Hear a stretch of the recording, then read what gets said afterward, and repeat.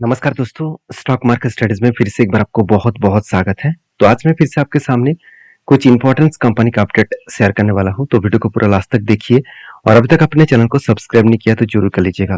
तो चलो देख लेते हैं कौन सा कंपनी है इस वीडियो के अंदर। तो फर्स्ट जो कंपनी है जिसके बारे में बात करूँ उसका नाम है Indian renewable energy development agency, इसको हम लोग इरिडा नाम से जानते हैं। इस कंपनी जब से लिस्टिंग हुआ तब से लेकर कंपनी भागते चले जा रहा है, क्योंकि 50 रुपीज के आसपास इसका लो था और 200 के ऊपर इसका हाई हुआ, और वो भी कितना, एक सालों के अंदर। सर एक साल भी नहीं हुआ, एक्चुअली 52 वीक के हाई एंड लो के हिसाब से देखा जाए तो 52 वीक का जो लो था वो कितना था, 50 के आसपास, और जो हाई हुआ वो करीबन 200 के ऊपर। तो कंपनी एक साल के अंदर अंदर आपका फंड 4 गुना कर दिए। तो बेसिकली देखा है तो कंपनी की जो जर्नी है वो इस तरीके से होने के पीछे एक ही रीजन है कि कंपनी के जो business, company basically solar project के ऊपर काम कर रहा है। अगर किसी कंपनी को, बेसिकली रेलवे गवर्नमेंट कंपनी को जो सोलर प्रोजेक्ट के, सोलर के ऊपर जो लोन लेने का जरूरत है तो वो कौन प्रोवाइड करते हैं, एरिडा प्रोवाइड करते हैं। अभी कंपनी ये भी बता रहा है कि कंपनी अभी गवर्नमेंट कंपनी के साथ साथ कंपनी प्राइवेट कंपनी को भी लोन देने वाले हैं। तो फाइनेंस के ऊपर कंपनी काम करने वाला कंपनी है, और बेसिकली फाइनेंस के ऊपर काम करने के बाद कंपनी का किस तरीके से ग्रोथ हुआ वो आपको यहाँ पे क्वार्टरली में देखने को मिल जाएगा। आप खुद ही देख सकते हैं, लगातार हर साल में कंपनी का सेल्स बढ़ता हुआ देखने को मिले। इंटरेस्ट भी कंपनी खुद पेमेंट किया, उसके बाद कंपनी के जो नेट प्रॉफिट है वो भी लगातार बढ़ते चले गए। तो बेस्ट तरीके से प्रॉफिटेबिलिटी कंपनी का बढ़ता हुआ देखने को मिले, जिसके चलते कंपनी को ऊपर एक अच्छा खासा अपडेट भी है। आप खुद ही देख सकते हैं, Indian renewable energy development agency falls after the block deal. तो देखिए ब्लॉक डील के माध्यम से कंपनी के ऊपर फॉल देखने को मिला। अभी ब्लॉक डील होता क्या है, देखिए कुछ ब्लॉक डील ऐसे होता है कि बड़े बड़े इंस्टीट्यूशन क्या करते हैं, खुद के स्टेक को बेचते हैं। तो वो जो स्टेक जब बेचते हैं तो वो डायरेक्टली मार्केट में, ओपन मार्केट में वो शेयर को नहीं बेचते हैं, वो हमेशा एज ए देखा जाए तो ब्लॉक डील के माध्यम से प्रोडक्ट को बेचते हैं। तो ब्लॉक डील के माध्यम से मतलब मान के चलिए एक ए एक व्यक्ति है और बी एक व्यक्ति है, तो दोनों व्यक्ति में अगर ए प्रोडक्ट को पूरा का पूरा बेचे, मान के लिए 5% स्टेक वो बेचना चाहते हैं, तो डायरेक्टली वो मार्केट में बेचना नहीं पाएंगे। तो इसके लिए वो बी को ढूंढना होगा जो इस 5% को पूरा का पूरा खरीदारी करेंगे। तो बी जब खरीदारी करेंगे, क्या बी हाई प्राइस में खरीदारी करेंगे? बिल्कुल नहीं, वो हमेशा डिस्काउंट में खरीदना चाहेंगे। अगर उसको हाई प्राइस में खरीदना है तो वो डायरेक्टली मार्केट से ही खरीदारी कर लेंगे, तो इसीलिए हमेशा वो डिस्काउंट में खरीदते हैं। तो ए को अगर बेचना है तो वो डिस्काउंट में बेचना पड़ेगा। मान के चलिए आज प्राइस 50 रुपीज है, तो ए को 50 रुपीज में, मार्केट प्राइस मान के चलिए 50 रुपीज है, तो 50 रुपीज में उसको बेचना नहीं है, तो वो मान के चलिए बेचना चाहेंगे 47 रुपीज में, तो डिस्काउंट उसको देना पड़ेगा। तो इस डिस्काउंट देने के कारण प्राइस में एक एडजस्टमेंट होता है, तो इसीलिए कंपनी के शेयर में फॉल देखने को मिला। तो बेसिकली इसका चार्ट पैटर्न देखेंगे तो आपको खुद ही पता चलेगा। तो ये जो करेक्शन हुआ वो ब्लॉक डील के माध्यम से हुआ। इसका मतलब ये नहीं कि कंपनी बेकार हो गया। मुझे जो पैटर्न्स मुझे अच्छा लगा कि मुझे एक पैटर्न्स मिलने जा रहा है, वो कप विद हैंड पैटर्न्स का सिचुएशन बनते चले जा रहा है। अगर इस कप विद हैंड पैटर्न्स बने तो मैं जरूर यहाँ पे एक एंट्री लेने वाला हूँ, और ये अच्छा खासा एक टारगेट लेवल मिल सकता है। तो बेसिकली मैं एक अच्छा खासा एंट्री लेने के लिए तैयारी कर रहा हूँ। आप क्या सोचते हैं इस कंपनी के ऊपर, आपकी क्या राय है, जरूर मुझे कमेंट्स करके बताना। तो नेक्स्ट जो कंपनी है उसके बारे में चर्चा करूँ, उसका नाम है फिनोटेक्स केमिकल लिमिटेड, जिसको हम लोग एफसीएल नाम से जानते हैं। देखिए फिनोटेक्स केमिकल लिमिटेड जो एक केमिकल सेक्टर से बिलोंग करते हैं, बेसिकली कंपनी का जो काम है वो स्पेशलिटी केमिकल्स के ऊपर है, जैसे टेक्सटाइल है, कंस्ट्रक्शन के ऊपर है, वाटर जो ट्रीटमेंट है, साथ ही साथ फर्टिलाइजर के ऊपर, लेदर के ऊपर, पेन इंडस्ट्रीज के ऊपर कंपनी काम करते हैं। तो कंपनी का जो बिजनेस है बहुत स्ट्रांग है, क्योंकि कंपनी का जो बिजनेस है उस बिजनेस के हिसाब से मैं अगर एक चीज मैं आपके साथ शेयर करूं तो आप देख सकते हैं कंपनी का आरओई हमेशा आपको बेस्ट लगेगा हर टाइम में। अभी करंट ईयर में कंपनी का आरओई एंड आरओसी दोनों ही आपको बेस्ट तरीके से सिचुएशन में देखने को मिले, और नेट प्रॉफिट हमेशा 15% के ऊपर है, मतलब एवरेज लेवल के ऊपर हमेशा देखने को मिलता है, और डेप्थ एकदम ना के बराबर है। जब कोई कंपनी इतने शानदार तरीके से खुद को बिजनेस को रिप्रेजेंट कर रहा है, क्या उस कंपनी के ऊपर भरोसा करना चाहिए? आप जरूर मुझे कमेंट्स करिए।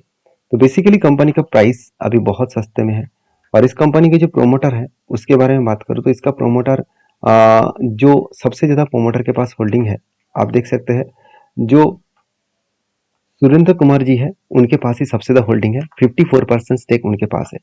बाकी देखिए छोटे मोटे और भी बहुत सारे प्रमोटर्स है। बाकी एफ के पास होल्डिंग जो है वो 1.4% और डी के पास होल्डिंग 3.7%। अभी क्वेश्चन ये आएगा कि सर इंस्टीट्यूशन उतना ज़्यादा होल्डिंग क्यों नहीं उठाया, क्योंकि कंपनी अभी बहुत छोटा है मतलब क्या है, कंपनी का मार्केट कैप से 4,000 करोड़ के आसपास है। तो एक छोटा सा कंपनी के ऊपर निवेश करने से पहले हर कोई इंस्टीट्यूशन 4 बार सोच लेते हैं। तो बेसिकली इस कंपनी का जो टेक्निकली चार्ट पैटर्न बना, अगर मैं इस पैटर्न के में एक बार आपके साथ शेयर करूं तो आप देखेंगे तो कोविड के बाद इस कंपनी के ऊपर एक धमाका परफॉर्मेंस देखने को मिला है।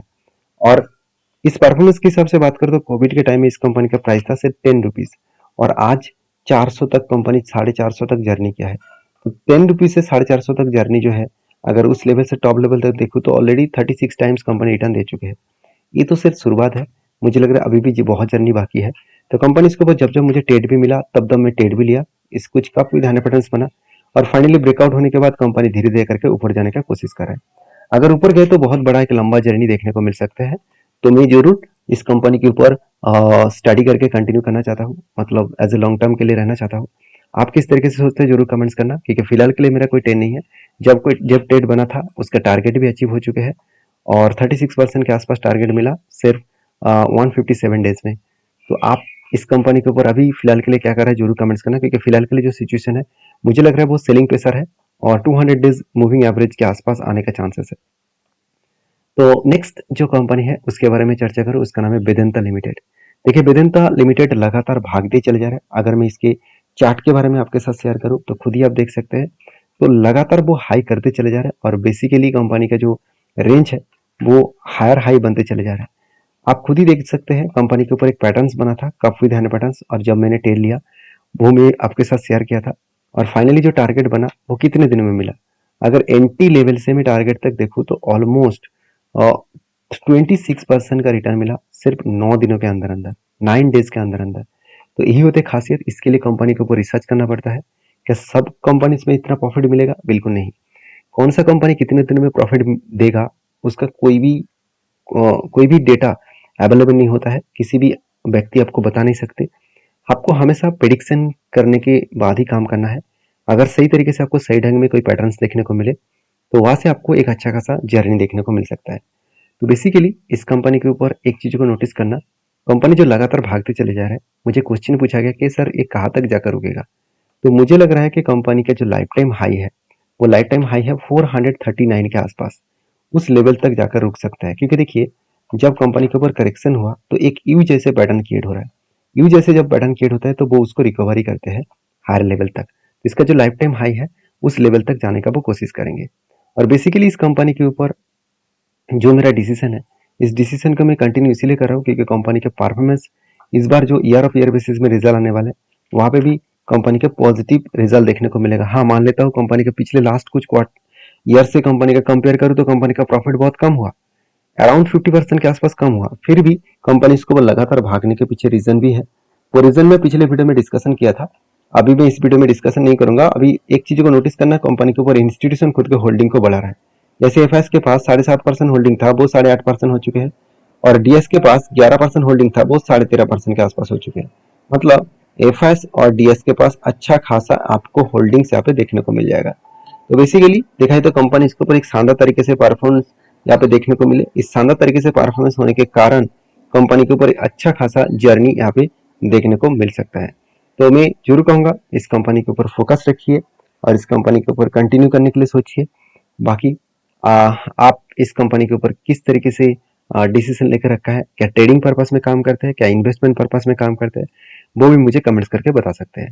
नेक्स्ट जो कंपनी उसके नाम है द अनूप इंजीनियरिंग लिमिटेड। माफी चाहता हूँ। नेक्स्ट कंपनी है भारत बिजली लिमिटेड। तो भारत बिजली लिमिटेड जो एक 3,700 करोड़ का कंपनी है, तो कंपनी के ऊपर एक बिग अपडेट है, वो है एक्स्ट्रा बेनिफिट पाने का, वो है स्प्लिट का। एक के बदले कंपनी एक शेयर सॉरी 2 शेयर देने वाला है, क्योंकि इसका फेस वैल्यू जो 10 है वो 5 बनने वाला है। तो जो लोग स्प्लिट पाना चाहते हैं इस कंपनी के ऊपर एक बार रिसर्च करिए, उसके बाद काम करिए। वीडियो में अगर जानकारी अच्छा मिले तो प्लीज एक लाइक करिए। तो मिलते हैं नेक्स्ट वीडियो में, तब तक के लिए धन्यवाद।